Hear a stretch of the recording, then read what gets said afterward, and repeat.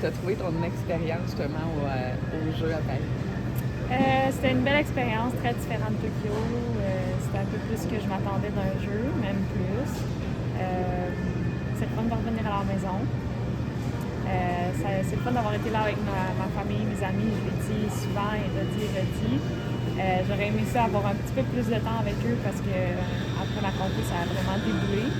Puis on s'est comme tourné de bord, c'était déjà la culture. Fait que c'est ça, mais c'est des super beaux jeux, on était bien reçus. Je chantais que la France était super heureux d'en faire accueillir des jeux sans pandémie, sans restrictions et tout. Nous, on était super bien aussi traités les athlètes. C'était une belle expérience. Tu parlais du retour à la maison. Est-ce que c'est ton premier bain de foule depuis les Jeux? Oui. Comment t'appréhendes ça? Est-ce que t'es contente que les gens viennent à ta rencontre? Oui, je suis contente. C'est sûr, c'est positif. Les gens, c'est positif. Mais moi, je suis quand même quelqu'un de réservé dans la vie. Surtout, tu sais, Sainte-Luce, c'est une petite ville relax. Tu sais, c'est pour ça que je vis ici. Puis, je fais pas le sport pour être connue. Je fais pas le sport pour devenir une vedette ou whatever. Je fais ça parce que j'aime ça. Puis, je compétitionne parce que je suis bonne dans ce que je fais. C'est l'envers de la médaille qu'on dit, mais je me répète, c'est positif, les gens sont heureux, puis je dois juste prendre l'amour qu'ils me donnent. J'imagine que tu es allée à Sainte-Luce, tu as rencontré ton monde à Sainte-Luce déjà. Non, pas encore. Pas encore? Pas encore, oui. Tu t'attends à quoi? Ben, la mairesse veut faire une célébration, évidemment. Fait que ça, on va faire ça, on va inviter les citoyens. Mais mettons que toute ma rue sont déjà toutes venues me voir. Fait que c'était le fun, là, juste de parler avec les jeunes, les enfants dans ma rue qui me suivent depuis le début. Là, ils viennent me voir à l'entraînement des fois, ils viennent me souhaiter bonne chance. Tout ça. Fait que c'est le fun de les voir après, de voir qu'ils sont heureux, qu'ils l'ont écouté. Aux premiers Jeux olympiques, tu sais, t'es arrivé un peu par surprise, une belle surprise. Là, il y a ton visage sur plein d'affiches, tu as des commanditaires, tu es dans les publicités. Comment est-ce que tu as vécu cette étape-là? Ce qui est dommage, c'est que ça prend une médaille d'or pour être connu, alors qu'on travaille des années de temps pour peut-être avoir une bonne journée à la compétition qui est importante. Moi, ça a bien à donner, tout s'est bien placé pour que mes deuxièmes Jeux, j'ai eu beaucoup de support. C'est sûr, je suis très reconnaissante, j'ai travaillé fort pour ça, puis là, je récolte un peu le fruit de tout. Reste que c'est une fois 4 ans qu'on a cette chance-là, puis on travaille fort pendant ces 4 ans-là, et même toutes les années qu'on a. C'est un bel honneur d'être sélectionné parmi tous les athlètes qu'on a pour faire justement la promotion d'un magasin, tout ça. Mais c'est ça, c'est beaucoup de travail pour une petite opportunité. Est-ce que c'était tes derniers Jeux ou tu repars pour Los Angeles? Ça, c'est pas une question que je réponds encore. Je me la réponds même pas à moi-même encore. Mais tu te donnes combien de temps pour repartir la machine? Écoutez, je me suis entraînée tellement longtemps pour juste les dernières semaines. Là, je suis juste en train de réfléchir à ce que moi je veux faire en tant qu'être humain parce que je suis pas juste un athlète. J'explore mes autres hobbies, mes autres passions. J'essaie de savoir qu'est-ce que je veux faire dans la vie. C'est dur après un événement comme ça, si important, de trouver un défi qui est aussi challengeant, aussi gratifiant. Fait que là, j'ai juste besoin du temps moi-même de trouver c'est quoi.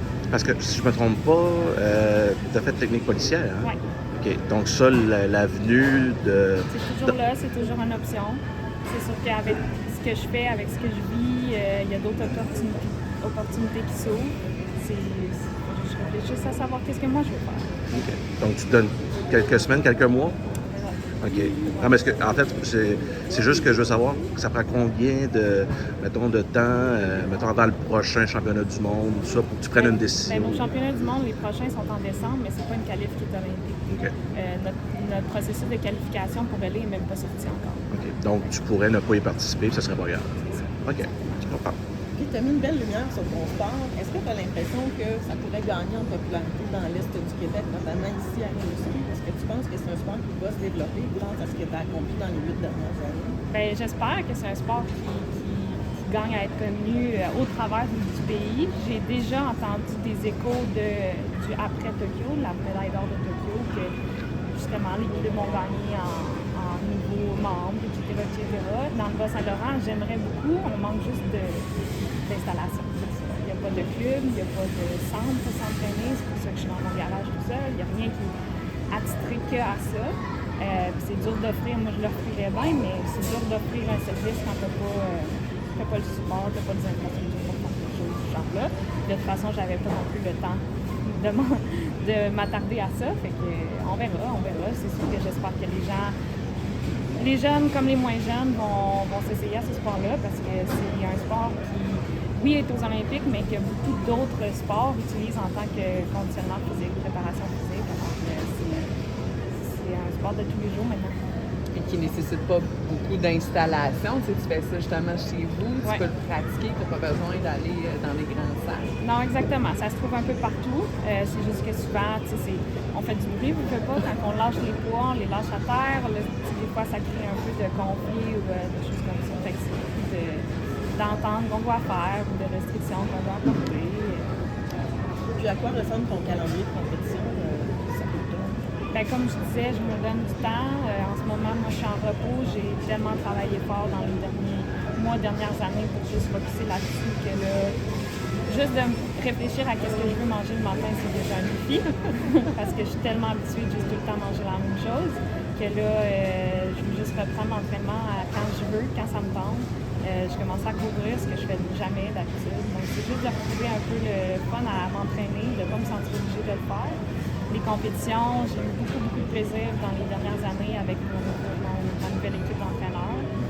Fait que je dis pas non à d'autres dernières compétitions quand ça reste à savoir. J'ai des blessures à guérir, j'ai une pression à redescendre. C'est ça, il y a beaucoup de facteurs à voir.